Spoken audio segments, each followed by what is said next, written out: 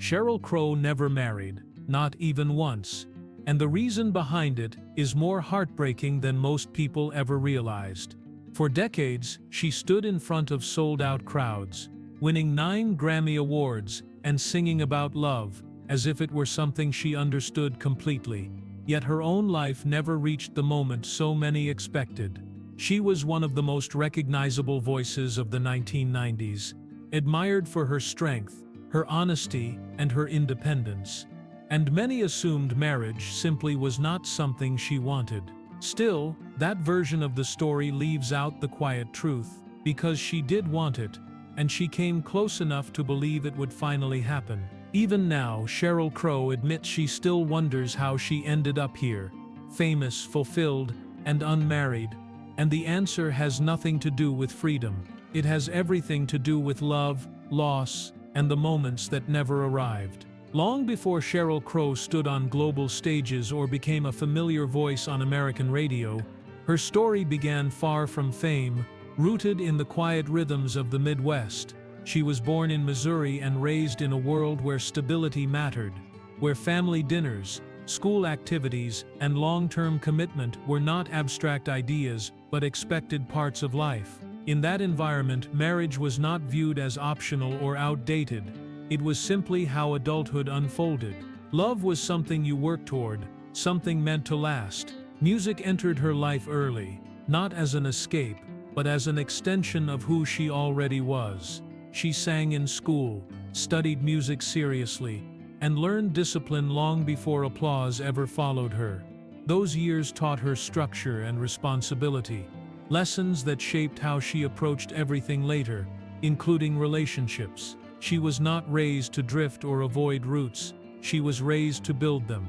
By the time she left Missouri to pursue music professionally, she carried those values with her. The late 1980s were not a fairy tale.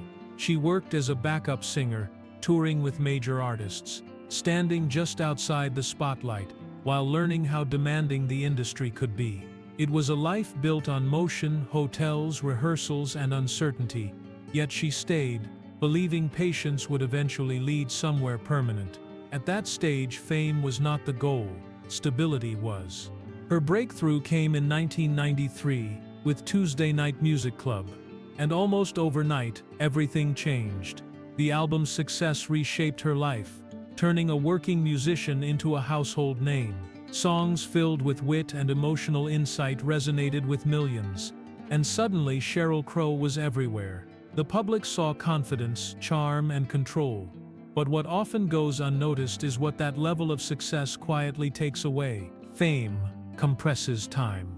It speeds up decisions, relationships, and expectations, leaving little room for the slow building of a shared life. As her career expanded, the simple structure she grew up with became harder to maintain. Touring schedules replaced routines, and personal relationships were forced to survive within constant movement and public attention. The stability she once expected began to feel just out of reach. Still, marriage did not disappear from her hopes during this period. It remained an assumption rather than a rejection. She was moving forward in her career while believing that, eventually, the rest of her life would catch up. That belief stayed with her longer than most people realize. She did not enter adulthood determined to be alone. She entered it expecting that love would find its place alongside success. What makes this part of her story so important is the contrast it sets. Sheryl Crow did not come from chaos or resistance to commitment. She came from structure, from belief in longevity, from a sense that love was something you grew into, not something you avoided. That foundation shaped every relationship that followed, even when the outcomes did not reflect her intentions.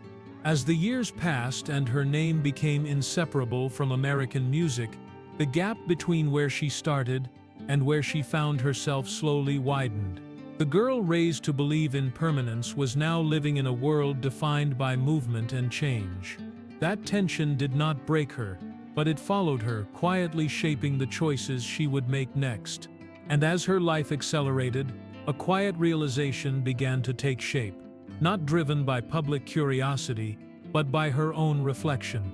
Building something meant to last required stillness, timing, and shared direction. Yet her world moved forward at a pace that left little room for any of it, whether she was ready or not. As Sheryl Crow's career gained momentum, the life she once imagined began to shift in ways she could not fully control. The late 1980s and early 1990s were defined by motion, first as a backup singer and then as a breakout artist. And that constant movement slowly reshaped how relationships fit into her world. Success did not arrive gently. It arrived all at once, carrying opportunity, pressure, and the loss of normal rhythms that most people rely on to build a shared life. After Tuesday Night Music Club changed everything in 1993, her schedule stopped belonging to her alone. Touring, recording, interviews, and expectations filled every available space, leaving little room for the quiet consistency that long-term relationships often need.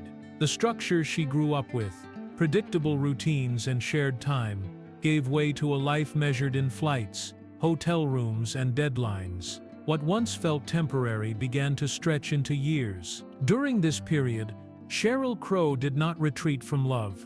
She entered relationships with sincerity and hope, believing that connection could survive alongside ambition. Yet the reality proved more complicated. Her partners lived within the same fast-moving world, one where commitments were often postponed rather than built. Over time, she came to recognize a pattern she would later speak about openly, that she often chose people who did not want marriage even though she did. That realization did not arrive as a single moment of clarity. It emerged slowly, through repeated endings that followed similar paths. Relationships deepened, futures were discussed, and then permanence quietly slipped away. Each time the loss carried its own weight, not dramatic or public, but personal and cumulative. The public saw a woman thriving professionally, while privately she adjusted to the absence of something she had once assumed would come naturally. 3 engagements marked this stage of her life, each one signaling that marriage felt close enough to touch. Engagements are promises, even when they do not end in vows, and each promise carried expectation and hope. When they ended, she chose not to frame them as failures.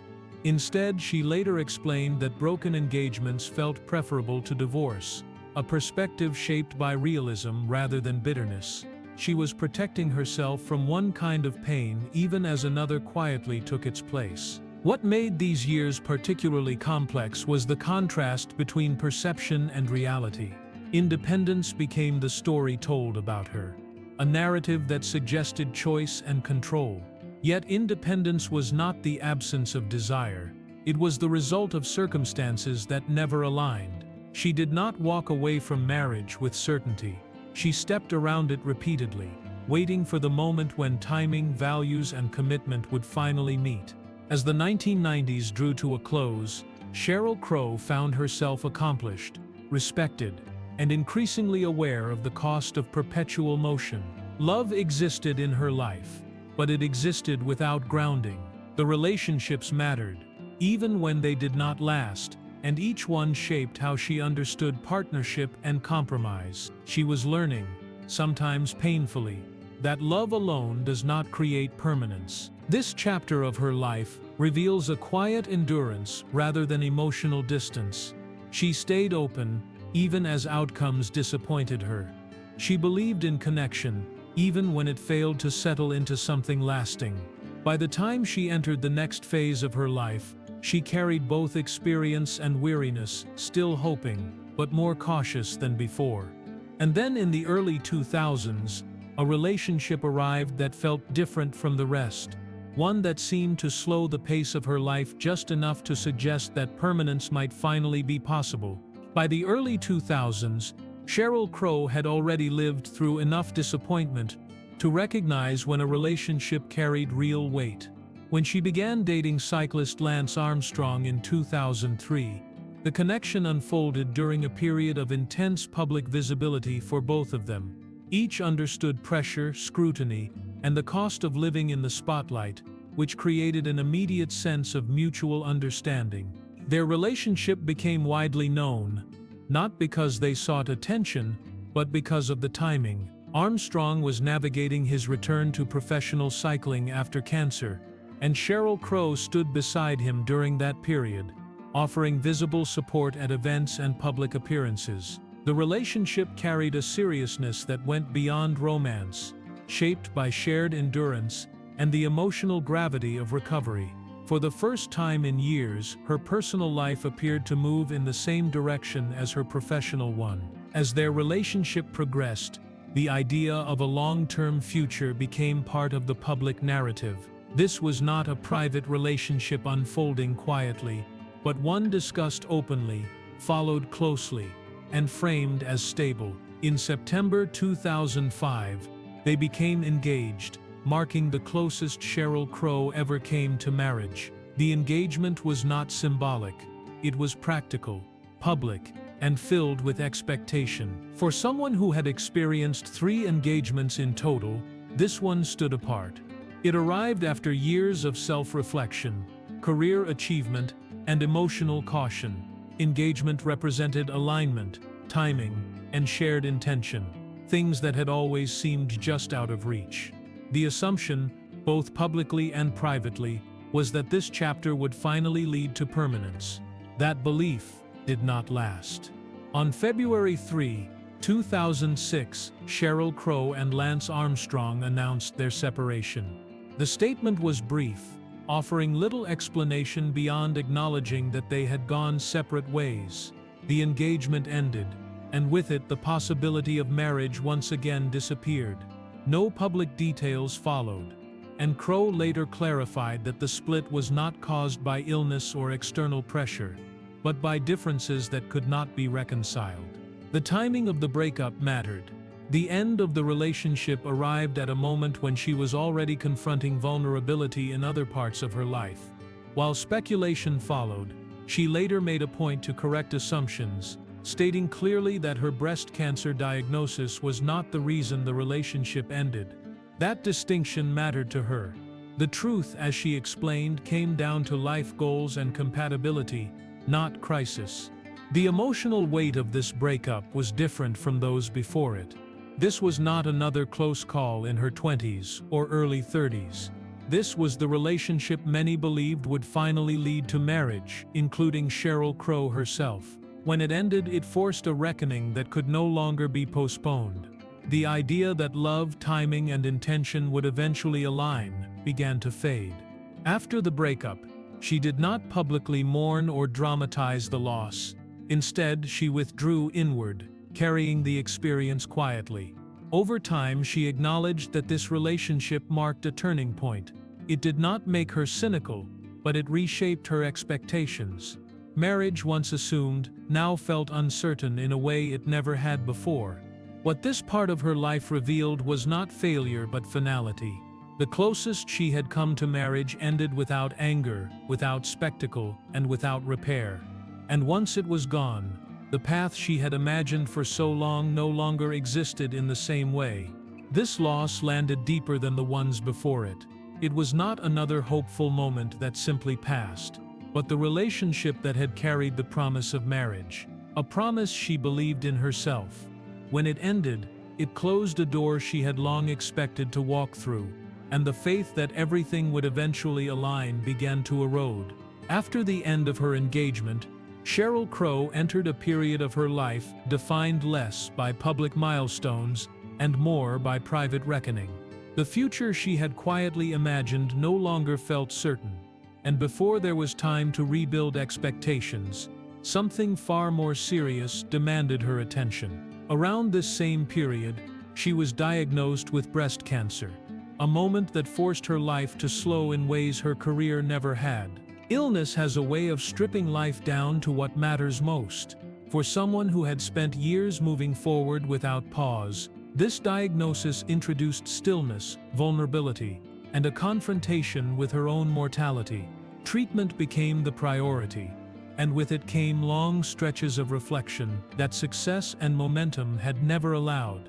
She later made it clear that cancer was not the reason her relationship ended, correcting assumptions that followed her publicly. The separation had already happened, and the illness simply arrived afterward, uninvited and unavoidable. Facing cancer without a partner altered how she viewed partnership itself. There was no dramatic declaration, no bitterness expressed publicly, but the experience reshaped her understanding of what permanence truly meant. Love, she learned, could exist without guarantees, and commitment could disappear even when feelings remained. The idea of marriage, once associated with security and shared future, began to lose its certainty. During recovery, Sheryl Crow did not retreat from life, but she did reassess it. The expectations she once carried about how adulthood was supposed to unfold no longer held the same authority. Marriage was no longer a destination she moved toward automatically. Instead, it became one option among many, no longer central to how she defined fulfillment or stability. That shift was quiet, internal, and lasting. She has spoken openly in later years about this period as a turning point, not because it hardened her, but because it clarified her priorities. Surviving illness brought perspective that ambition and romance never could. The future became less about possibility and more about certainty, less about what might come and more about what could be built deliberately. Public narratives continued to frame her as independent, strong, and self-sufficient, yet those labels missed the nuance of what was actually happening. This was not a woman rejecting love or commitment. This was someone recalibrating after realizing that life does not always offer second chances on the same terms. The loss of a relationship and the reality of illness arrived close enough together to leave a lasting impression.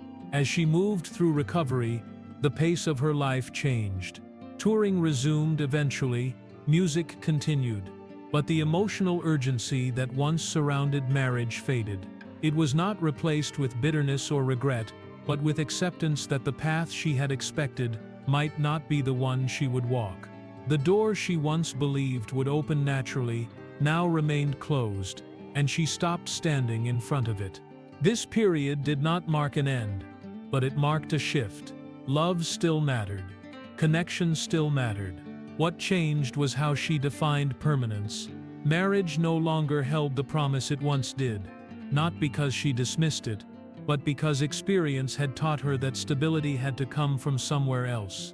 Out of that realization, a new vision for her life began to form, one rooted not in romantic partnership, but in something far more deliberate and lasting, a choice that would redefine family on her own terms. After illness and loss reshaped how Sheryl Crow understood permanence, she made a decision that would define the rest of her life with clarity and intention. Instead of waiting for stability to arrive through romance, she chose to create it herself. That choice did not come from resignation, but from a desire for certainty after years of unpredictability. In May 2007, she adopted her first son, Wyatt. Motherhood entered her life not as a replacement for marriage, but as a commitment that did not depend on timing, compatibility, or shared hesitation. It was a deliberate step toward building the family she had once assumed would come through partnership. The arrival of her son brought a kind of grounding that fame and success never provided. 3 years later, in April 2010, she adopted her second son, Levi. With 2 children, her priorities became unmistakably clear. Home replaced motion, and routine replaced possibility. She settled in West Nashville, building a life centered on consistency rather than momentum. The structure she had grown up with in Missouri returned, this time shaped by her own choices rather than expectation. Sheryl Crow has spoken openly about how motherhood altered her approach to relationships. Any potential partner, she explained, would first be introduced to her children simply as a friend. That boundary was not about fear or distrust, but about protection. Her sons came first, and stability mattered more than romance. The kind of permanence she once hoped to secure through marriage was now something she actively safeguarded. Public perception often framed this chapter as independence, yet the truth was more nuanced. This was not a woman choosing solitude over connection. This was a mother choosing emotional safety over uncertainty. Love still existed in her life, but it no longer dictated her sense of worth or direction. She had already built the family she needed. In later interviews, Sheryl Crow has reflected on her life with candor, rather than regret. She has expressed gratitude that she never married, not because she dismissed the idea, but because her path unfolded differently than expected. She has also admitted that she sometimes scratches her head, wondering how she arrived at this place, successful, fulfilled, and unmarried. Both truths coexist without contradiction. What makes this chapter quietly powerful is the absence of bitterness. There is no sense of loss being projected outward, no blame assigned to circumstance or people. Instead, there is acceptance shaped by experience. The life she built did not match the one she once imagined, but it became something solid, loving, and intentional. Motherhood did not erase the past, but it reframed it. The engagements that ended, the relationship that closed a door, and the illness that demanded clarity, all led her here. Permanence arrived, just not in the form she expected. Family became something chosen, rather than assumed. By redefining love and commitment on her own terms, Sheryl Crow found peace without vows. The absence of marriage did not signal failure. It marked a life redirected, shaped by resilience, honesty, and the courage to build something lasting when the traditional path fell away. Sheryl Crow never married, not because she rejected love, but because life led her down a different path than the one she once expected. She came close, believed deeply, and endured loss in ways the public rarely saw, yet she continued forward without bitterness or blame. The heartbreak in her story is not found in what she lacked, but in how much she was willing to hope before accepting a different ending. Over time, she built a life grounded in intention, rather than expectation. Motherhood gave her permanence when marriage did not, and acceptance arrived where certainty never could. Even now, she reflects on the journey with honesty, acknowledging both gratitude and the quiet questions that still linger. Her story is not about absence, it is about resilience, redirection, and the courage to define fulfillment on her own terms, even when it looked nothing like the plan she once believed in. For more emotional stories, check out this video.